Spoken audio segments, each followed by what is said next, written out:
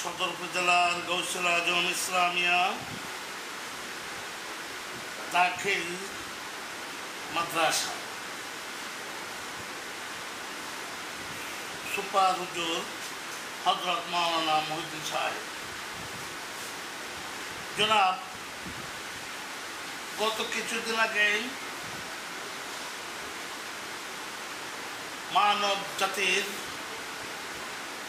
শান্তির অগ্রদূত, মানবতার কল্যাণবাণী প্রচারক বিশ্বনবী হযরত মুহাম্মদ মুস্তাফা সাল্লাল্লাহু আলাইহি ওয়াসাল্লামের জন্মবার্ষিকী মিলাদুন নবী পালিত হলো। আমরা বিশ্ববাসী কেন মিলাদুন নবী পালন করব এবং মুহাম্মদ মুস্তাফা সাল্লাল্লাহু আলাইহি ওয়াসাল্লামের পৃথিবী আগমন বিষয়ে আপনার সংক্ষিপ্ত বাণী আশা করছি হযরত মাওলানা মহিউদ্দিন সাহেব। যে হে নবীরা, আমি তোমাদেরকে কিতাব এবং হিকমত দান করব, জ্ঞান বিজ্ঞান দান করব, তোমাদেরকে নবী হিসাবে পৃথিবীতে প্রেরণ করব। আমার একটা মেসেজ হলো, আমার সাথে তোমাদের একটা অঙ্গীকার হলো, তোমরা যখন আমার একজন রসুল আসবে তার প্রতি প্রথমে ঈমান আনবে এবং তাকে সাহায্য করবে। এরপর আল্লাহ বললেন, আকরারতুম, তোমরা কি এটা স্বীকার করে নিল? সকল নবীগণ সমস্বরে বলল, ক্বালু আকরারনা, হে আমাদের রব, আমরা সকল কিছু স্বীকার করে নিলাম। এরপরে সূরা ইউনূসের 58 নম্বর আয়াতে আল্লাহ তাআলা বলতেছেন, কুল বিফাদিলিল্লাহি ফাবিযালিকা ফালিয়াফরাহু হুয়া খায়রুম মিম্মা ইয়াজমাউন। হে হাবিব, হে আমার প্রিয় রাসূল, আপনি বিশ্ববাসীদেরকে জানিয়ে দেন, আল্লাহর ফজল এবং রহমত পাওয়ার পরে তোমরা খুশি উদযাপন করো। যেই খুশি উদযাপন করাটা হবে তোমাদের জন্য, তোমাদের সকল প্রকার আমল থেকে এটা হবে সর্বোত্তম। সেই ধারাবাহিকতা আমাদের প্রিয় নবী সাল্লাল্লাহু আলাইহি সাল্লাম, আল্লাহ তাআলা, আমরা যদি প্রিয় নবী সাল্লাল্লাহু আলাইহি সাল্লামের যে কেমন রহমত সেই দিকে যাই, কোরআনে কারীম আমাদেরকে জানিয়ে দেন, ওমা আরসালনাকা ইল্লা রাহমাতাল লিল আলামিন। হে জগৎবাসী, আমি আমার রাসূলকে প্রেরণ করেছি বিশ্ব মানবতার জন্য রহমত স্বরূপ, সমস্ত রহমত আলামিন, সমস্ত জগতের জন্য রহমত স্বরূপ। অতএব আমার নবী এই পৃথিবীতে শুধু মানব জাতির জন্য রহমত নয়, সাগরের মাছের জন্য রহমত, চন্দ্রের জন্য রহমত, সূর্যের জন্য রহমত, সৃষ্টিজীবের সকল কিছুর জন্য রহমত, জগতের জন্য। আলহামদুলিল্লাহি রাব্বিল আলামিন, মহান রব, যত জগতের রব তত জগতের জন্য নবীকে রাহমাতুল লিল আলামিন হিসাবে প্রেরণ করেছেন। ওই শুকরিয়া আদায়ার্থে বিশ্ব জুড়ে পবিত্র ঈদ মিলাদুন নবী সাল্লাল্লাহু আলাইহি সাল্লাম উদযাপনের মাধ্যমে আমরা বিশ্ববাসীকে মেসেজ দিতে চাই যে আমাদের নবী এমন একজন নবী যিনি মানবতার কল্যাণের জন্য প্রেরিত হয়েছিলেন, এ সকল মানবের কল্যাণের জন্য প্রেরিত হয়েছিলেন রহমত স্বরূপ। তার দৃষ্টান্ত বহু গুণে রয়েছেন। অতএব আমরা সেই নবীকে পেয়ে আমরা ভাগ্যবান।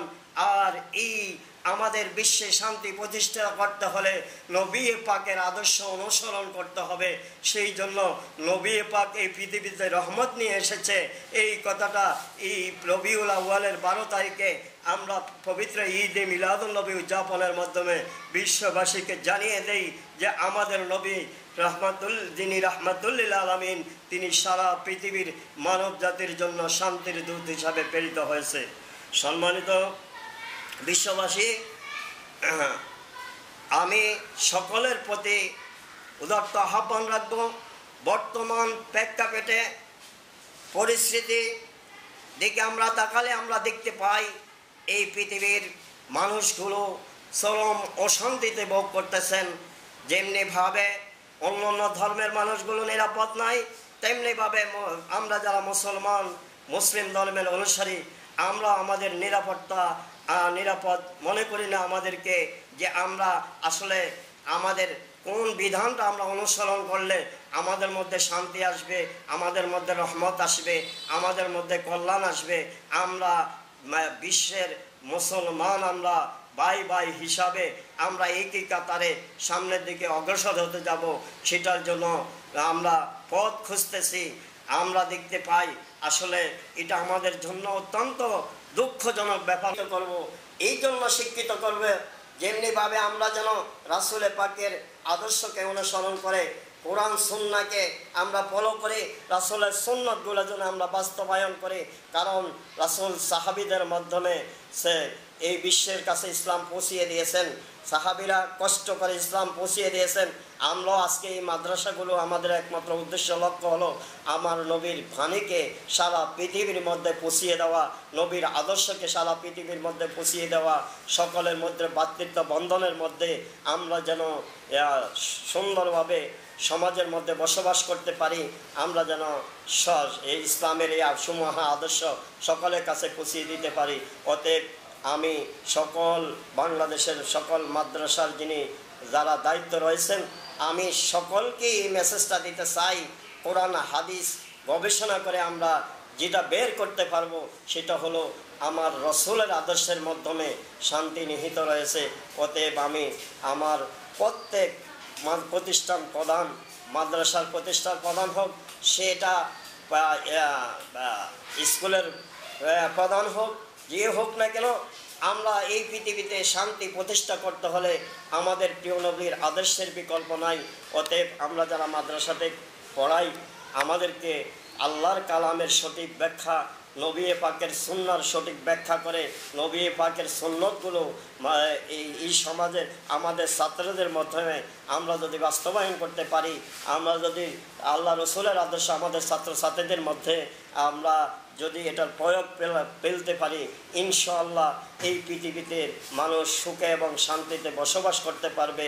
ইসলাম আমাদের নবীজি এই দৃষ্টান্ত রেখে গেছেন, পৃথিবীর মধ্যে একটা উজ্জ্বল দৃষ্টান্ত রেখে গেছেন।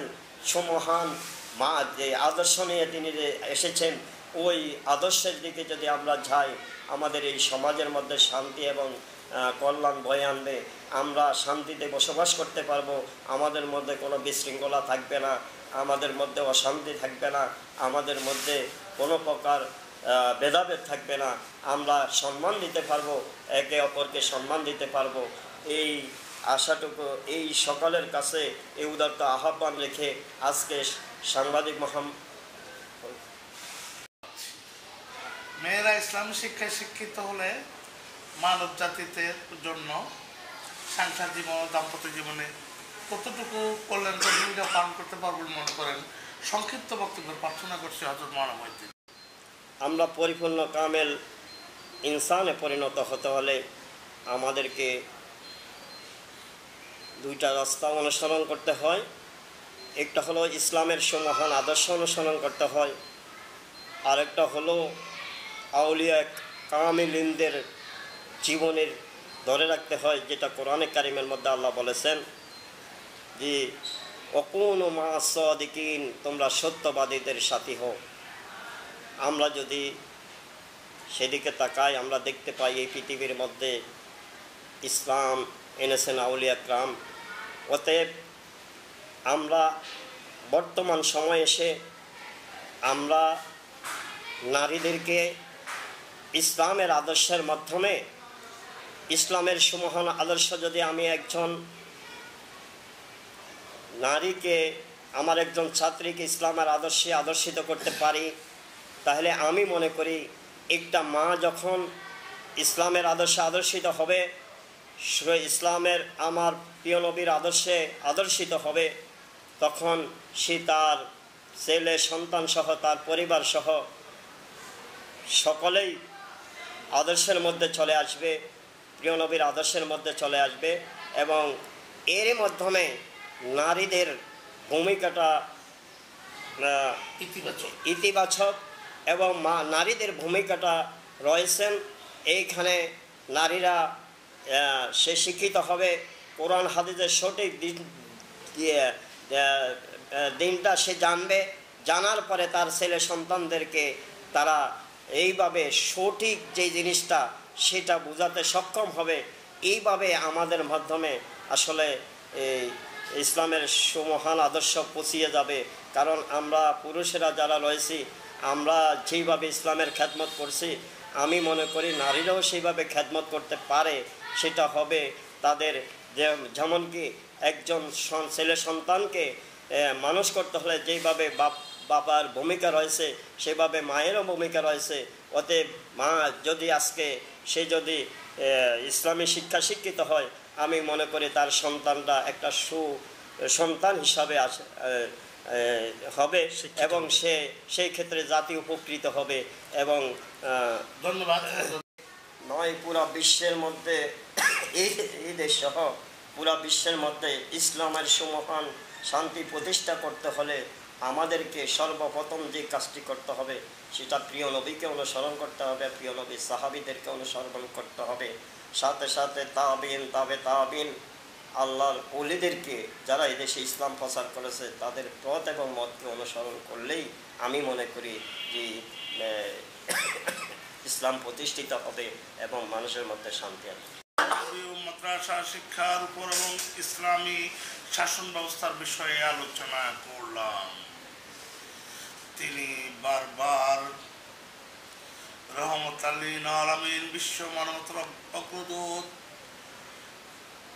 বিশ্ব প্রাণী কুলের শান্তির অগ্রদূত রহমতুল লিল আলামিন হযরত মুহাম্মদ সাল্লাল্লাহু আলাইহি ওয়াসাল্লামের চরিত্রকে অনুকরণ করার জন্য মানব জাতির প্রতি আহ্বান জানাচ্ছেন। তিনি বলতে চাচ্ছেন তুমি আমাকে একটি শিক্ষিত দাও, আমি তোমাকে শিক্ষিত জাতি দেব। তিনি ভাবছেন যে মেয়েরা শিক্ষিত হলে সংসার জীবন শান্তি বয়ে আসবে। মেয়েরা মা, তারাই হলো প্রথম শিক্ষক যারা সন্তান